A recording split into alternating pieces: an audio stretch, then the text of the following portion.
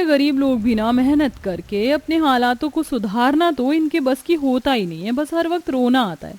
कितनी अच्छी बारिश आ रही है, अगर यहाँ हमारे पास किसी रईस का ही घर होता तो मेरा भी मन लग जाया करता। अपनी पड़ोसन से 2 बातें ही कर लिया करती थी, लेकिन हाय रे मेरी फूटी किस्मत, पड़ोसन भी मिली तो पूरी की पूरी भिखारिन। बहू क्या है, इतने गुस्से में क्यों है?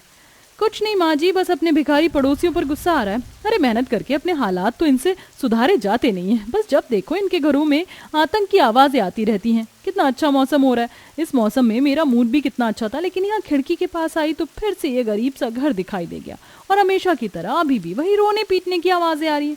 एक चीज की भी हद होती है।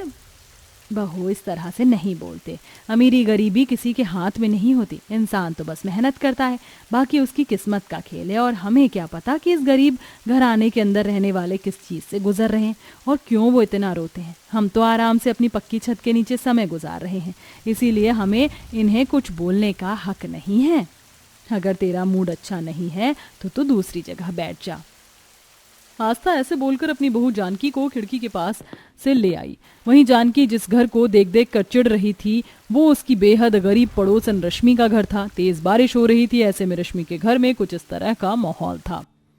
दूर रहना मुझसे, वरना आज मैं अपने बच्चों की खातिर चुप नहीं रहूंगी, समझ आया बेवकूफ नशेड़ी आदमी।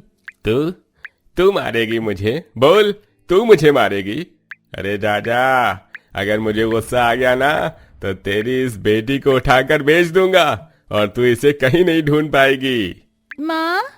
हाँ मीना बेटा तू डर मत, मैं तुझे कुछ नहीं होने दूंगी। गणेश जी देखिए, मैं आपको समझा रही हूँ, ये शराब पीना छोड़ दीजिए, इससे बच्चे डरते हैं। इस सब से निकलकर आप कोई काम शुरू कीजिए जिससे कि हमारे हालात सुधर सकें, और अगर नहीं कर सकते तो फिर मैं इस घर में नहीं रहूंगी। अरे जा।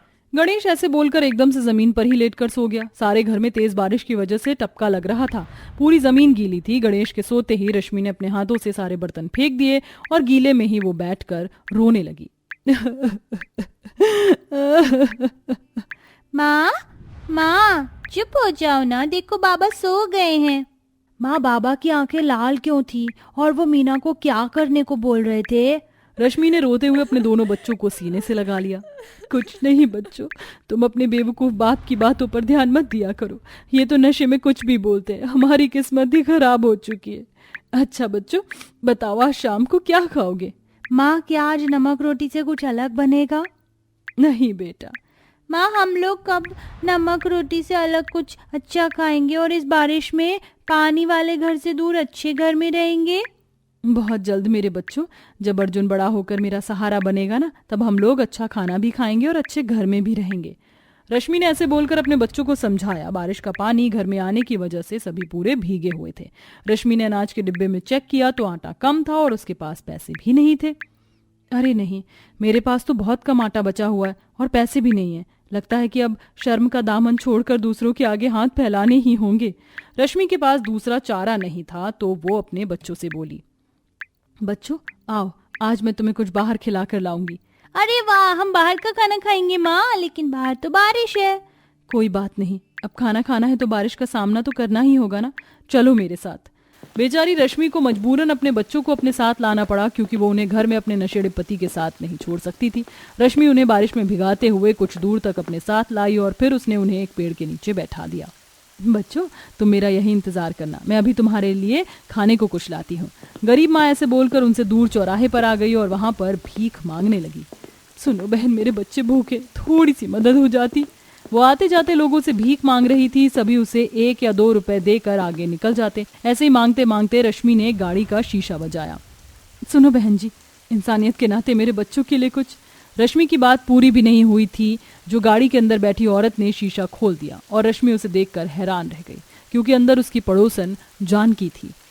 वाह, अब तुमने ये बिजनेस शुरू कर लिया, वैसे कितना प्रॉफिट हो गया अब तक? रोने में तो तुम माहिर हो। ये आप कैसी बातें कर रही हो, मैं यहाँ मजबूरी में आई हूँ, ना कि शौकिया। मेरे बच्चे भूखे।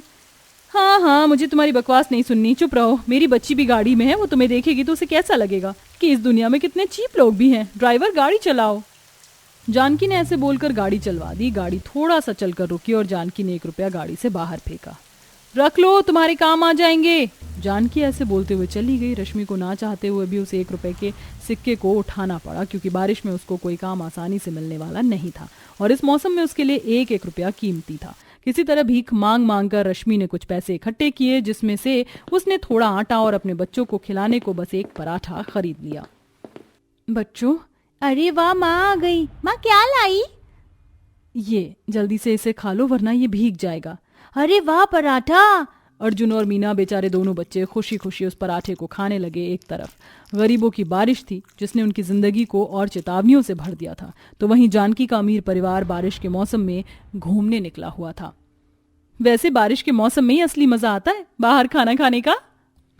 माँ मुझे पिज्जा खाना है और साथ में हॉट चॉकलेट भी चाहिए। श्योर बेटा, और मैं लूंगी कॉफी एंड पकौड़े। जानकी का परिवार बारिश के मौसम के पकवानों का मजा ले रहा था, वहीं गरीब रश्मि के लिए इस मौसम में रोटी कमाना ही बेहद भारी था। किसी तरह अपने बच्चों का पेट पालने के लिए रश्मि ने दूसरे लोगों के सामने हाथ फैलाए थे और रश्मि को अब रोजाना इसी सब का सामना करना पड़ता था। एक तरफ उसके ऊपर मौसम की मार पड़ रही थी, तो वहीं दूसरी तरफ उसका पति उससे तंग करता रहता था। एक ही जगह एक दूसरे के आमने सामने दो औरतों की जिंदगी में बेहद अंतर था। एक जो रानियों जैसी जी रही थी तो दूसरी की जिंदगी नौकरानी से भी बदतर थी। यही सिलसिला जारी था। रश्मि का पति अपनी शराब की लत को नहीं छुड़ाता था, इसीलिए रश्मि ने एक दिन एक फैसला किया। अब बस बहुत हुआ, यहाँ भी मर मर कर ही जी रही हूँ, तो इससे अच्छा अब मैं यहाँ रहूंगी ही नहीं। एक रात रश्मि अपने दोनों बच्चों को लेकर उस जगह से निकल आई। कई दिनों तक उस गरीब औरत के ना दिखाई देने पर पड़ोसियों ने उसके घर में देखा तो उन्हें कोई नहीं मिला। देख, जानकी चली गई, तेरी जान की दुश्मन। पता नहीं वो गरीब अब कहाँ होगी। कोई नहीं जान पाया कि रश्मि अपने बच्चों के साथ कहाँ गई। सभी ने बस कुछ देर को सवाल किए और सब पहले जैसा हो गया। रश्मि की ही तरह न जाने इस दुनिया में कितने लोग हैं जिनके लिए बरसात कहर बनकर आती है। अभी भी बरसातों का ही मौसम था। हर अमीर अपने परिवार के साथ इस सुहावने मौसम का मजा लेने में बिजी था, लेकिन वहीं गरीब भी थे जो बारिश के थमने की एक एक मिनट की राह देख रहे थे। जहां अमीरों की प्लेट में पकौड़े और चाय सज रही थी, वहीं गरीबों को रोटी मिलना भी मुश्किल था। रश्मि का तो पता नहीं, लेकिन जानकी भी पूरी तरह बरसातों का मजा ले रही थी। इसीलिए तो कहा जाता है कि बरसात किसी के लिए भी एक जैसी नहीं है। किसी की जिंदगी में ये बहार बनकर आती है तो किसी पर अपना कहर बरसाती है। किसी के लिए बारिश घूमने का, पकौड़े खाने का, नाचने का बहाना है, तो किसी के लिए ये जान पर बनाती है। तो दोस्तों, आपको हमारी स्टोरी में सबसे ज्यादा कौन सा किरदार पसंद आया?